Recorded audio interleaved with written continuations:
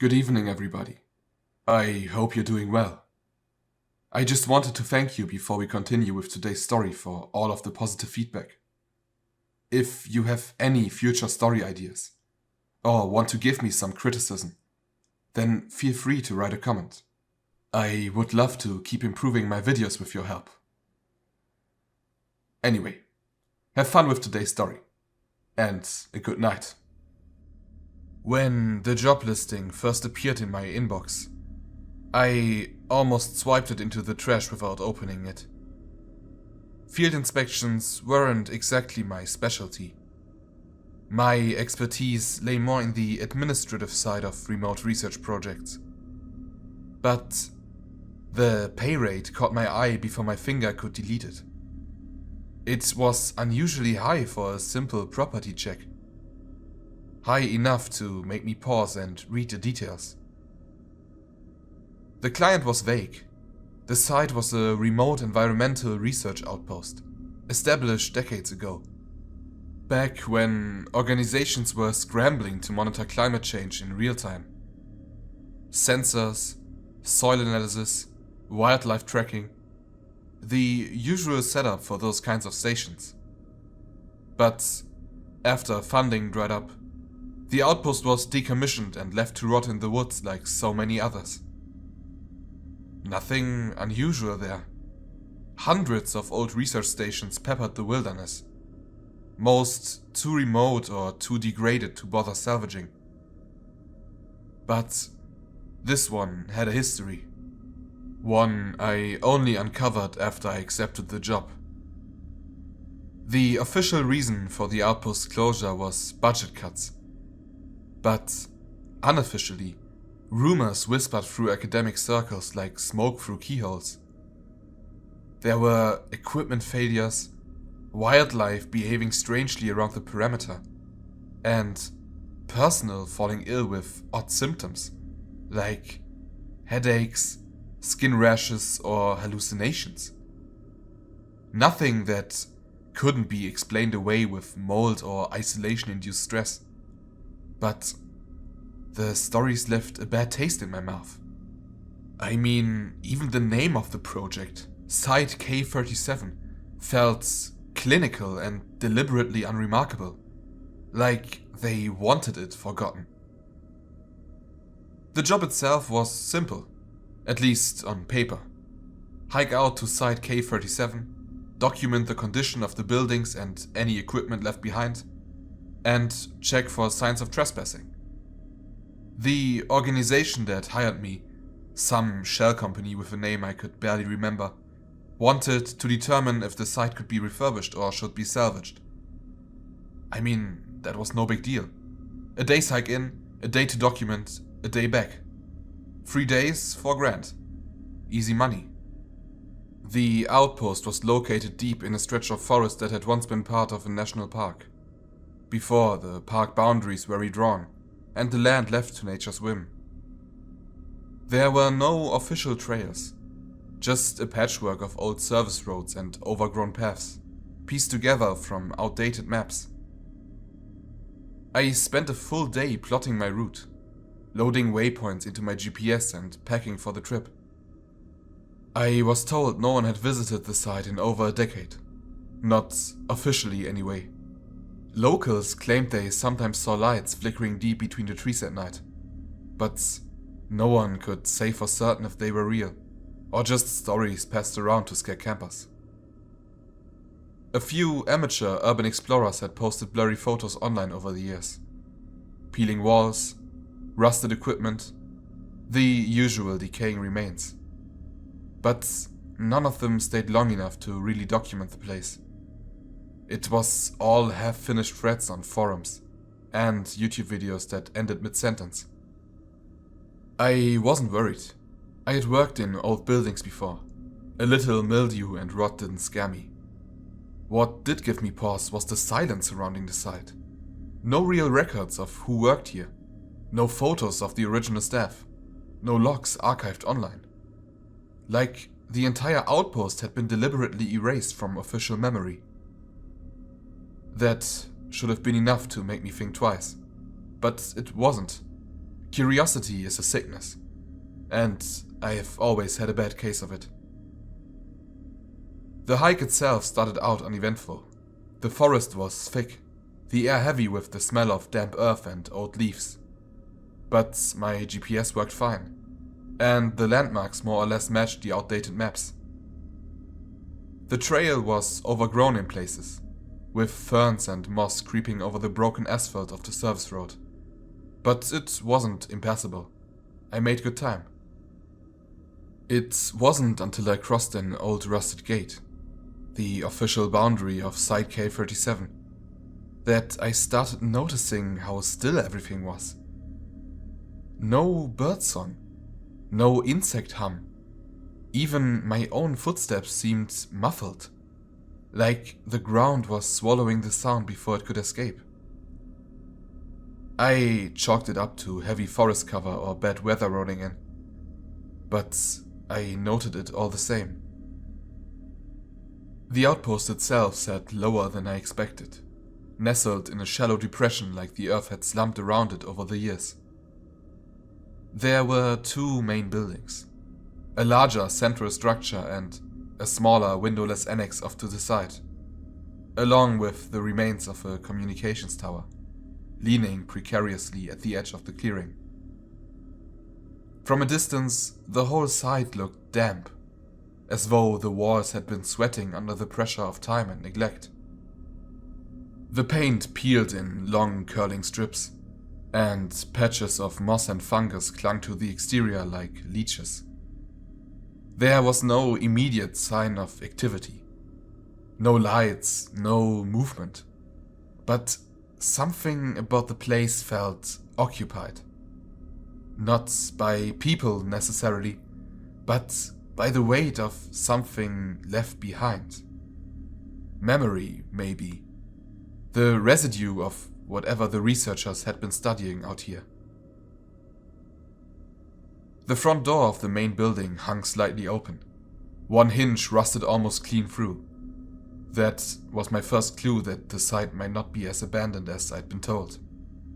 Animals, I told myself. Probably raccoons or feral cats. I wasn't scared. Not then. Just curious. I pulled out my camera, snapped a few photos from a distance, and marked my position on the GPS. Standard documentation procedure. All the usual steps. Then I took my first step inside. The door opened easily. I expected resistance. The kind of fight you get when wood swells with the years of moisture and warps in the frame. But the door swung inward with an unsettling smoothness, as if someone had been through here recently, keeping it from seizing up entirely. The air inside was thick, humid in a way that didn't match the crisp autumn chill outside. It felt like walking into a greenhouse. Damp earth, stale water, something faintly organic just beneath the surface. I stood in the doorway for a few moments, letting my eyes adjust to the gloom. The entry room was a mess, but not in the chaotic, scavenged way I expected. Everything was where it should have been. Desks, chairs, filing cabinets. But the whole room had the air of something interrupted rather than abandoned. Papers sat neatly stacked on desks, pens resting exactly parallel to their edges, as if whoever had last worked here intended to return after lunch but never did. The floor was slick underfoot, coated with a faint film of moisture. My boots left dull, wet prints behind me, so I bent down and ran a gloved finger across the floor, expecting dust or mold. But instead, my fingertip came away clean. Just damp. Like someone had been wiping the place down. That was the first thing that didn't sit right. The second was the sound. or lack of it. Outside, the forest had been unnervingly quiet, but inside the silence was heavier, more deliberate. There was no hum of ancient refrigeration units, no tick of a wall clock, no soft whisper of wind sneaking in through cracks. Even my own breathing sounded muted, swallowed up by the thick air. I told myself it was just the insulation. Old research stations were often overbuilt, designed to keep noise out as much as heat in. But the rational part of my brain was already starting to calculate excuses, little lies to make sense of how wrong it felt. I moved deeper into the building, stepping over stray cables and waterlogged papers. The walls had once been painted an institutional pale green, the kind meant to feel calming but instead made the place feel like a dentist's waiting room. Now, the paint had bubbled and peeled in long curling strips, exposing raw concrete underneath. Every surface had that same faint sheen, like the whole building was sweating.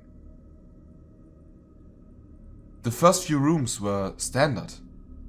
A tiny kitchen, empty save for a rusting coffee pot and a collapsed plastic chair. A bathroom, the mirror cracked down the center, the toilet bowl filled with dark, motionless water. Nothing out of the ordinary, not for a place this old. But it was the office that made me pause. The door stood half open, and even from the hallway, I could see the papers pinned to the walls. Research notes, photos, printouts, all of it still in place, untouched by scavengers or time.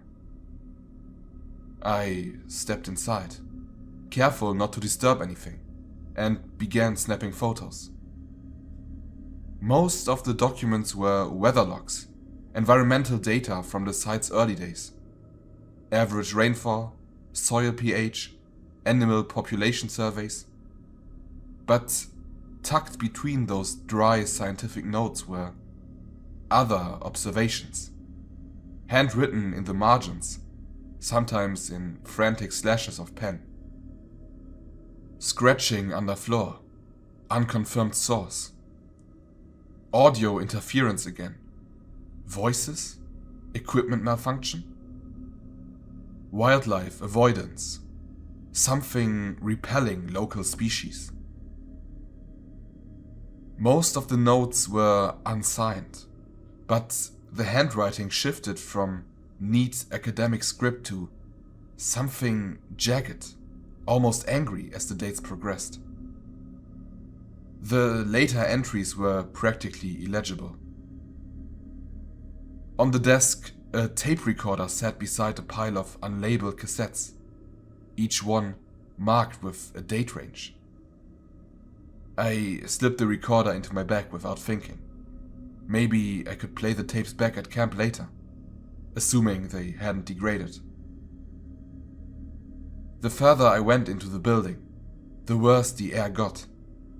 It wasn't just damp anymore. It was thick. The kind of humidity that felt like it was pressing down on me, curling at the edges of my vision. Even my head started to ache, a low, dull throb just behind my eyes. The power was still on, at least in some rooms.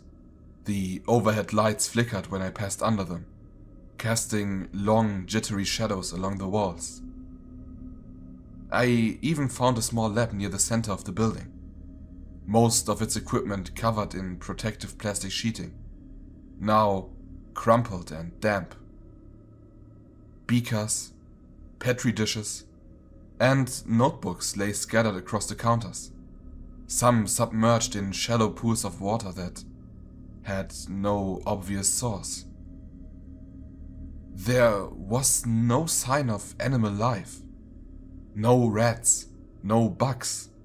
Not even mold growing in the usual corners. Just that thin layer of moisture over everything. Like a cold sweat. I found a bunk room near the back of the building. 4 narrow cots, each with a different colored blanket folded at the foot. Personal touches, even in a place this isolated. One of the beds still had a book lying face down on the pillow, the pages swollen with moisture. So I flipped it over. Some kind of field guide to local plants, the margins filled with tiny annotations in a cramped hand. I was alone. I was sure of that. But the whole time I couldn't shake the feeling that the building itself was aware of me. Not in a supernatural way, but in the way a house feels when it's been recently left. The way it holds onto the heat and smell of whoever lived there last. The air was just too human, too occupied for a place abandoned so long ago.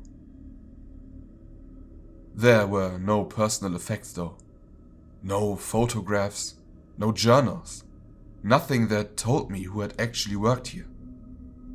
Just data, logs, numbers, the kind of information that could belong to anyone.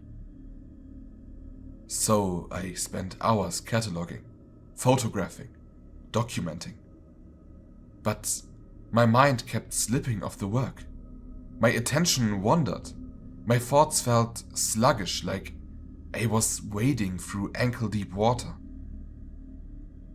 By the time I made it back to the entryway, the light outside had shifted to a soft, dim gray. Dusk was settling in fast. My plan had been to set up camp just outside the perimeter. Sleeping inside the building felt wrong in a way I couldn't articulate.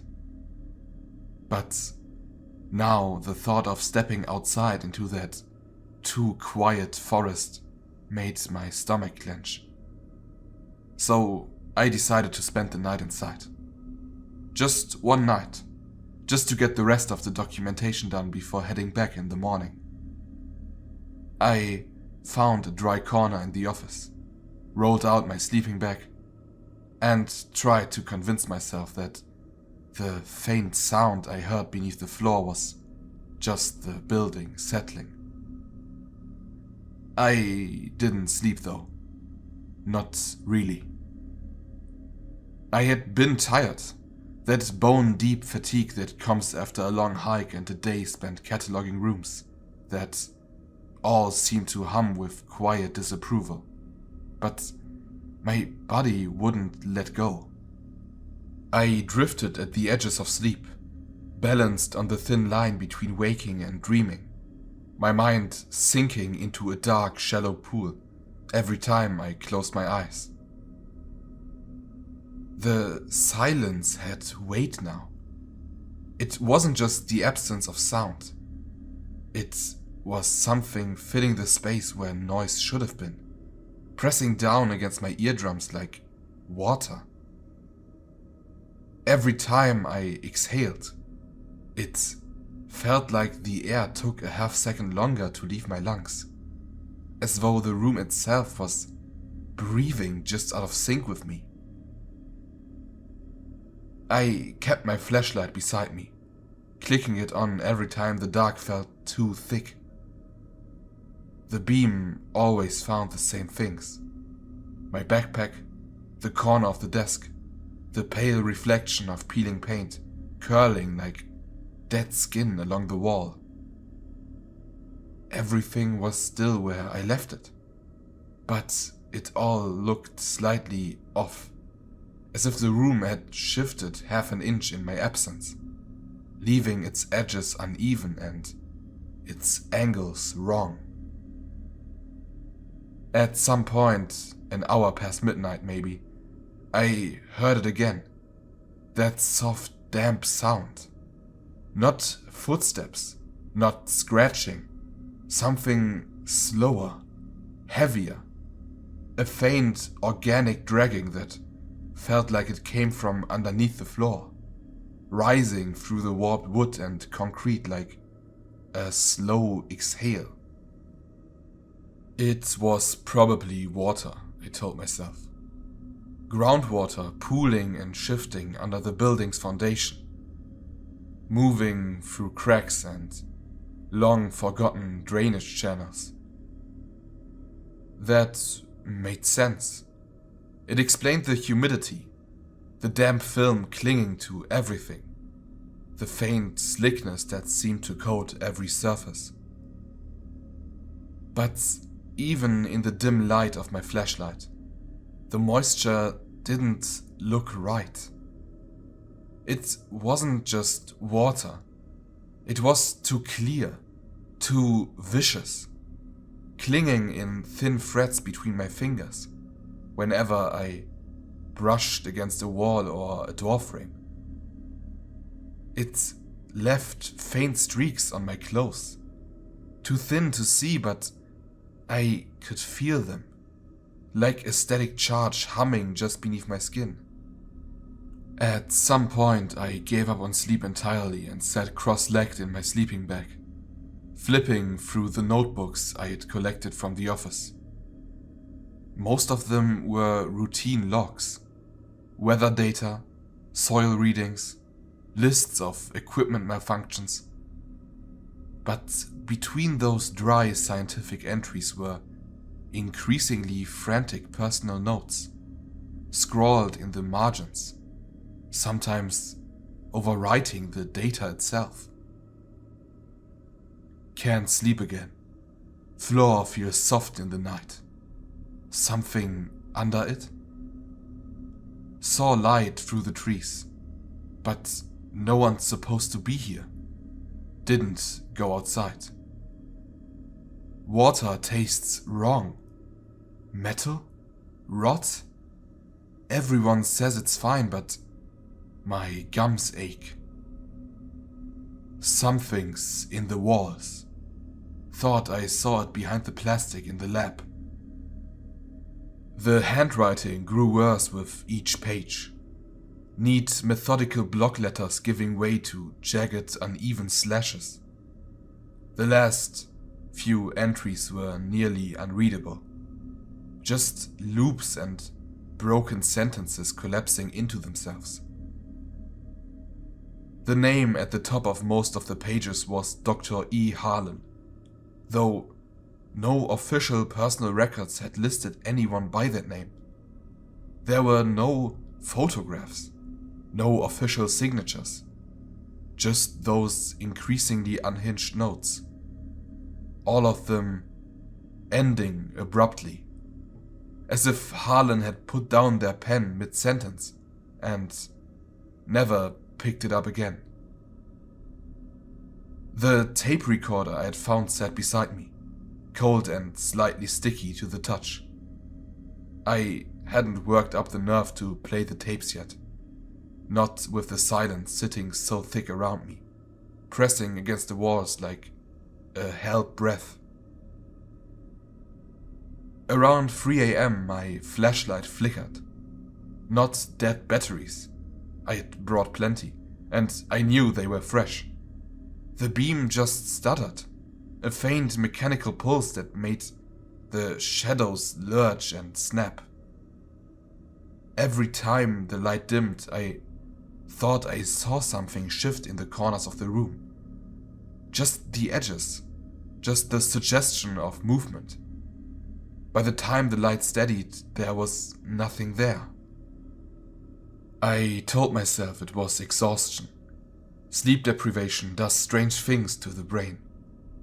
I had spent enough nights in remote field stations to know how easily silence warps into sound. How quickly the dark can fill with imaginary shapes if you let it. I made a note, flashlight interference, and promised myself I would check the batteries in the morning. But the flickering didn't stop. Every light I tried, the emergency lantern, the headlamp, even my phone, They all stuttered, their beams cutting in and out like a bad signal. It wasn't random either. The rhythm was almost regular, like breathing, like the room itself was trying to match the rise and fall of my chest. At one point, I stepped into the hallway to clear my head, leaving my gear in the office. The hallway was longer than I remembered, stretching out further into the dark, its edges smudged like a poorly developed photograph. The air was thicker out here, the dampness heavier, clinging to my skin in a way that made my clothes feel too tight.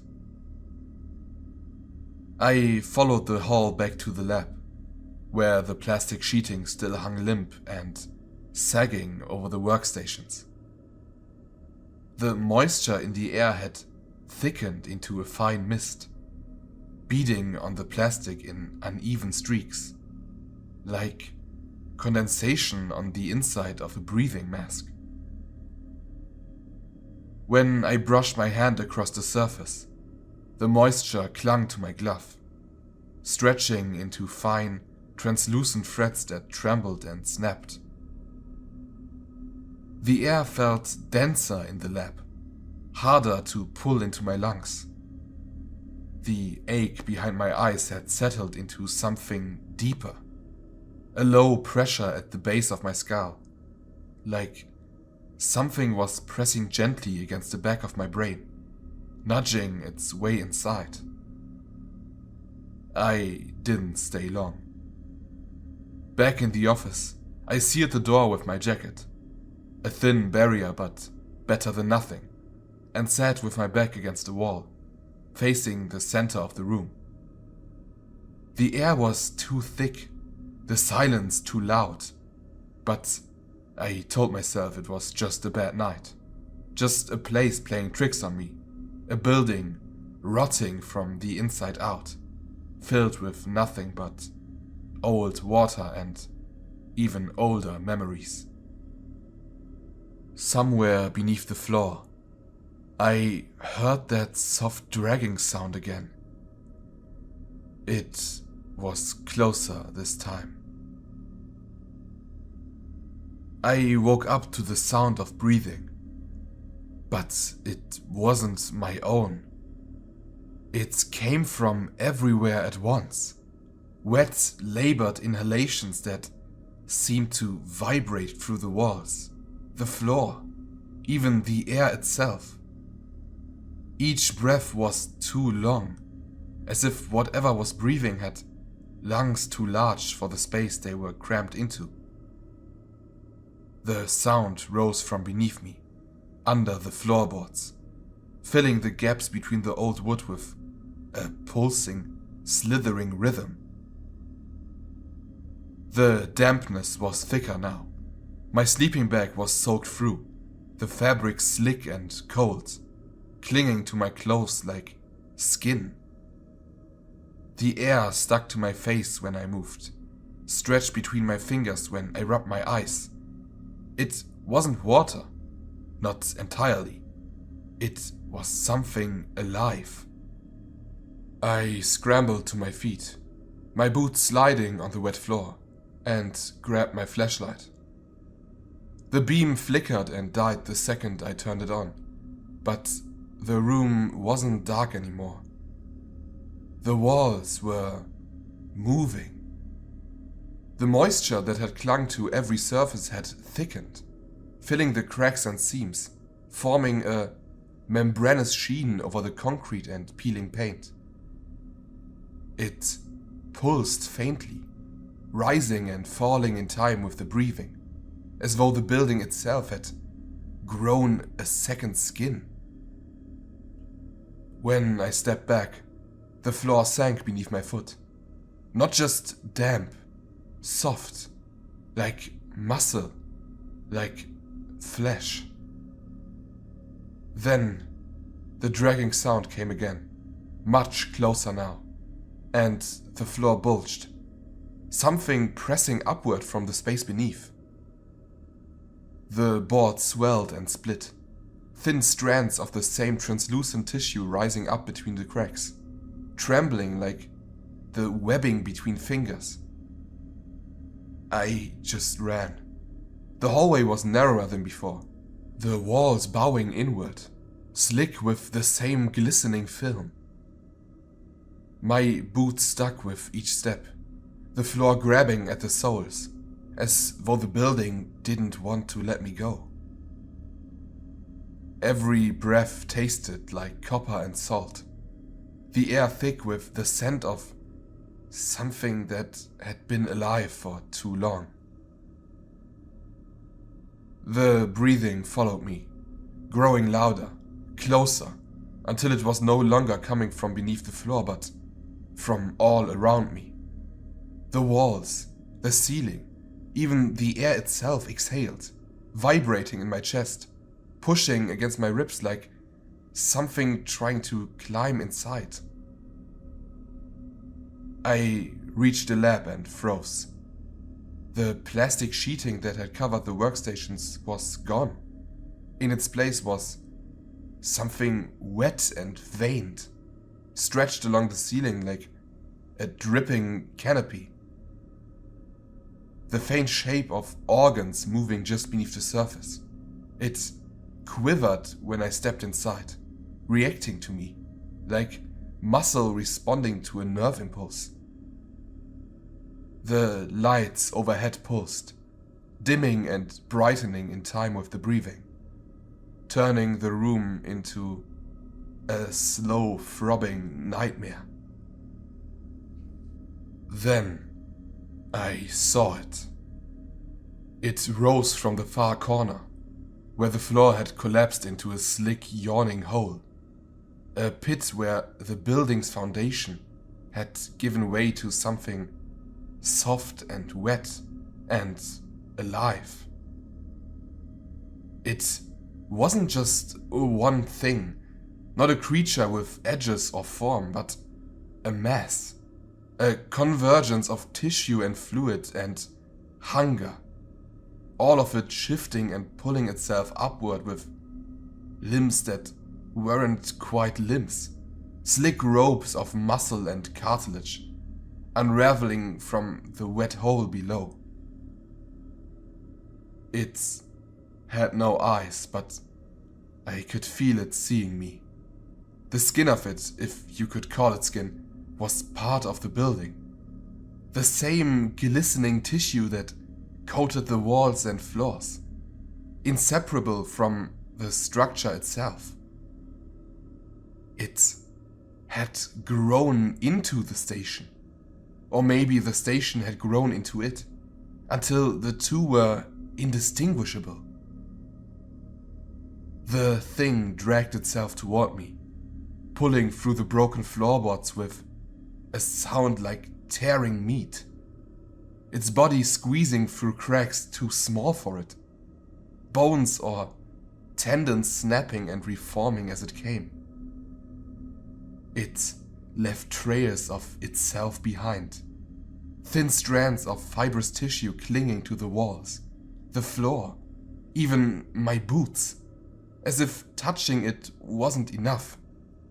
It wanted to stay with me. I backed into the hall, but the walls had narrowed further, closing in until I had to turn sideways to fit. The surface of the wall was no longer paint and concrete, but something softer, streaked with faint veins beneath the surface. Every time I touched it, it trembled, reacting to my presence like nerve endings exposed to the air. The breathing was everywhere now. In the walls, in the floor, even inside my own chest. And it wasn't the monster breathing. It was the building. The monster wasn't invading the station. It was the station, grown up from the foundation like a cyst, expanding outward, swallowing every room, every corridor, every inch of space until nothing was left but flesh. I don't remember how I made it outside. I remember the feeling of the door resisting me. The skin of the building trying to close over the exit like a wound sealing shut. I remember tearing my jacket away, the fabric coming apart in long wet strands where the tissue had fused with it, clinging to me like spider silk. I remember running into the trees, the forest silent and empty. Even the leaves coated in a faint film of that same glistening moisture, as if the forest itself had begun to merge with the station, the contamination spreading outward into the world. I didn't stop running until the sun rose, and even then, my skin crawled with the memory of that thing's touch, the way the building's flesh had stuck to me, the faint sting of something too small to see, embedding itself just beneath my skin. I never went back. But even now, sometimes when the air is damp and the world falls silent, I can feel it, a thin thread deep inside me, pulling me back toward that place, back toward the thing that never stopped growing. The building wasn't abandoned. It just outgrew the people inside it. And someday, it might outgrow me too.